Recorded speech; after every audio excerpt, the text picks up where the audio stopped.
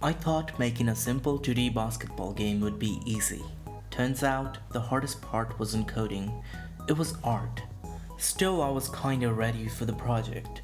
Unity project in mind, coffee in hand, and dream in my heart. Then I tried to turn on my PC. So now I'm building this entire project on a MacBook. I started a new Unity project, imported a circle, and injected it some physics.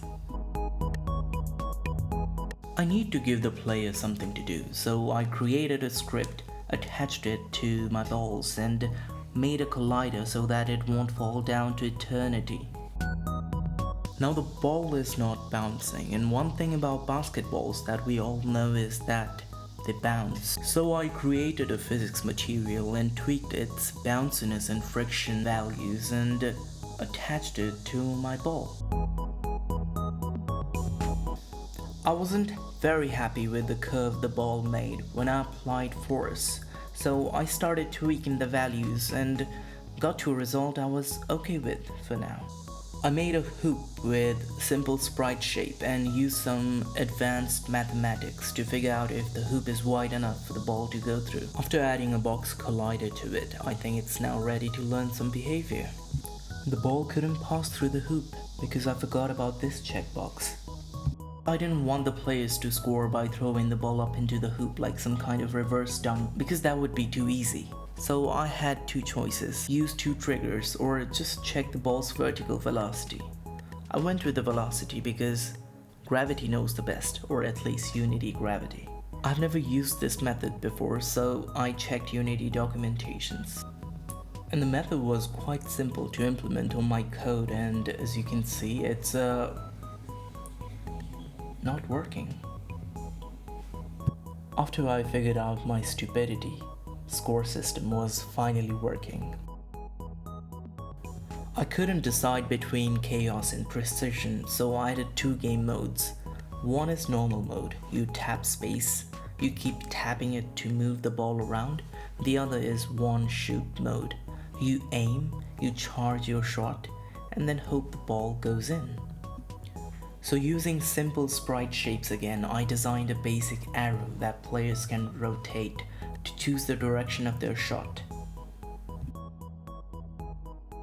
To switch between the game modes, I made it so the player can just press tab. I used an enum to toggle between the two modes, because if you're not using enum, are you even programming, right? It was actually pretty simple to set up, just a few lines of code and it worked.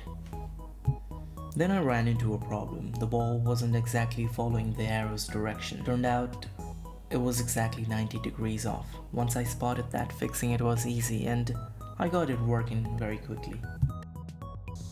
During playtesting, I found the movements and controls aligned perfectly with the design goals I had in my mind.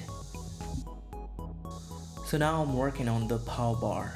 When you hold space, a simple sprite shape scales up to represent the shot power.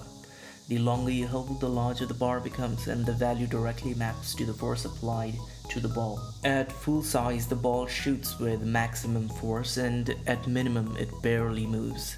This gives the player more control over shot strength using a simple intuitive visual indicator, and yeah, that is what I was aiming for. And I'm really not good at my own game. I made the hoop change its position from the right side of the screen to the left and back again after each score, but I ran into a small issue. The ball kept on shooting in the same direction even after the hoop had moved. To fix it, I made the ball shoot in the same direction where the hoop is currently located while you play the game. With just a simple if condition, the problem was solved, and now a new game mechanic is working exactly the way I intended it to work, and now it is pretty fun to play with. I started working on the art in Procreate, and the basketball came out fine, nothing too fancy, but it worked, not the hardest thing in the world to make. Then I moved on to creating a background.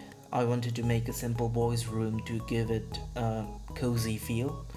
But while I was working on it, I wasn't feeling too confident, so I imported it into Unity to check.